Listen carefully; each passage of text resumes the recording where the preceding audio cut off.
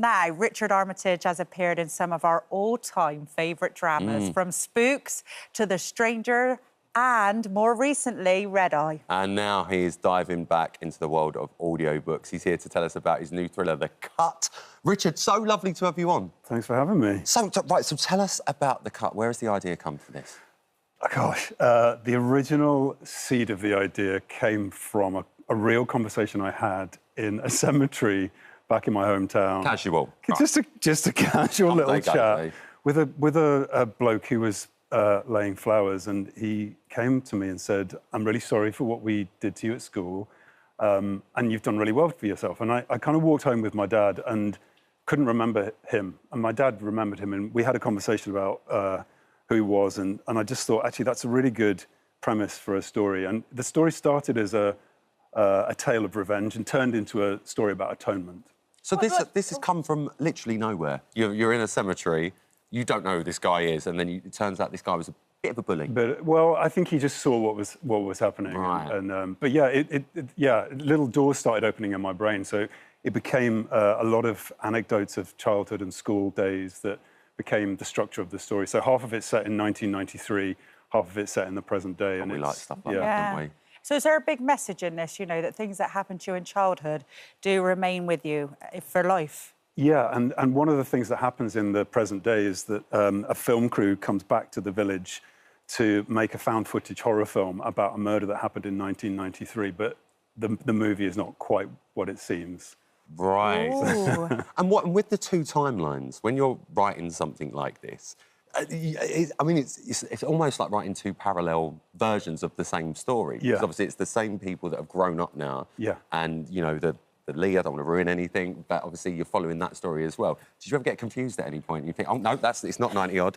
Yeah, well, what I had to do was really separate it, and I used kind of coloured cue cards, and I wrote... Really? I wrote the past tense, the past 1993 in the present tense, and I wrote the present day in the past tense. So you like a challenge, then? I like a challenge. Could have made it easy. Yeah, and also just the language of 1993 was because I was speaking through the voices of teenagers. It just sounded different. Yeah. Very different. And you've gone straight in with Audible. Like, I would have, you know, normally you expect to see a book first. How come you've gone straight in with the audio version? This was a commission from Audible. The first book, Geneva, was also the same route. So they asked me, they came to me and said, would you be interested in writing? Because I've read a lot of crime thriller for them.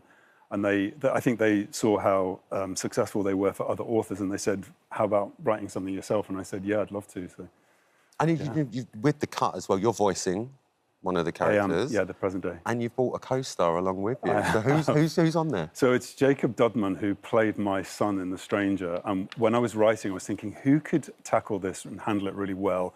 I need a youthful-sounding voice, but somebody that can do lots of different characters, young teenage girls, teenage boys, my school teachers. And Jacob was the first person that came to mind, and he said yes. So who's who? Who's who in it? So who are you playing? I play all of the characters in the present day, and he plays all of the characters in the past. This is surreal. Yeah. So the audiobook, this is your second, because Geneva was just so popular that it's actually been turned into, is it a screenplay now? Yeah, I'm working with Sony Pictures to develop it into a television show, so we are in the early stages of development. I mean, never in a million years did I imagine that something like that would be happening. That's your first foray into this. It is, and now you're looking at the screenplay as well. And not only the screenplay as well, it's done so well, now it's coming out in the paperback. Yeah, paperback on September 12th, so yeah, I'm going to be running around the country selling paperback books. Quite talented in this, aren't you? Oh. You're doing all right, Rich, you're doing all right. And The Cut as well. Am I right in saying it's quite a special day for you next week? Yeah, Audible decided to release the book on my birthday. On your actual birthday? And the strangest thing, and I'd forgotten this, is it's also Jacob Dudman's birthday. So not only do you share a birthday, We share a birthday. None of this was planned. No. We've got present, we've got past, you've got the same birthday. Yeah. The audiobook's coming out on the same day. Yeah. And you're at the Fringe. And we're at the Edinburgh TV Festival. Yeah. Oh, my goodness, my goodness. I know, auspicious, right? You do try your hand at a lot of things, and some weird that you tried to run away with a circus at 17. Is that right? That was in the days, you may remember this, the days when you had to have an equity card to audition for anything. And I didn't have an equity card, so I went to Budapest for 8 weeks. I went out as a 14-stone, 6'3" guy, and I came back half my size, but waving an equity card in my hand, and a hula hoop in the and other. a hula hoop and a ladder and a Riding skateboard. an elephant. And my mum was like, "Sit down, I'm going to feed you shepherd's pie," because I was skinny as What anything. did you do in the circus? What was your job? I was throwing hula hoops over we go. skateboarders, holding ladders for jugglers, and doing a little bit of dancing, maybe with some feathers. But yeah, We've all done that. It's not on video. That's all I'm saying. We'll find it. Don't even think about. You know looking. I'm going to Budapest to find that footage. Richard, you've done so much when it comes down to the acting as well. The Hobbit was such a massive role for you. Yeah. What was it like when you got that call and then flew out there to do it? You know, whenever people say to me, "What's the most significant piece of work you've ever done?" my brain association. I remember the moment I landed in New Zealand, because you're literally flying to the other side of the planet, and there's something so familiar about New Zealand culture.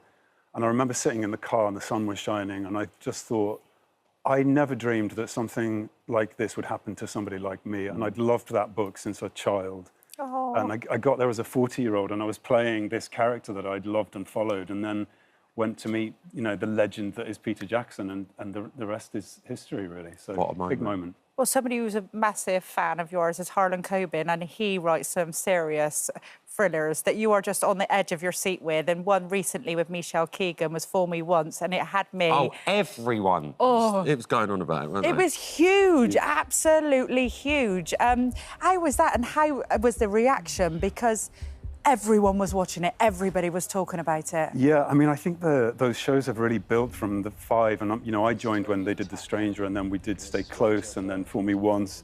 His writing is addictive. You know, you open a new Harlan Coben and you think, here we go, I'm in for a roller coaster ride.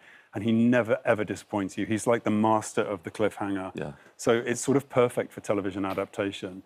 And I'm about to do, I think they call it a poker, isn't it? Like a hat trick is 3 goals. Right. A poker's 4. So I'm about to do number 4. Well, you said you weren't going to do it anymore. I know. And then you got a bit of a funny phone call. It's irresistible. They call you and go, come on, would you do number 4? And I'm like, I'm never going to say no to you guys. They're like family. But you'd said no. You'd said, no, I'm not going to do it anymore. Well, I said, Is this part of the bargaining? I was like, is it a little bit inappropriate? But they were like, come on.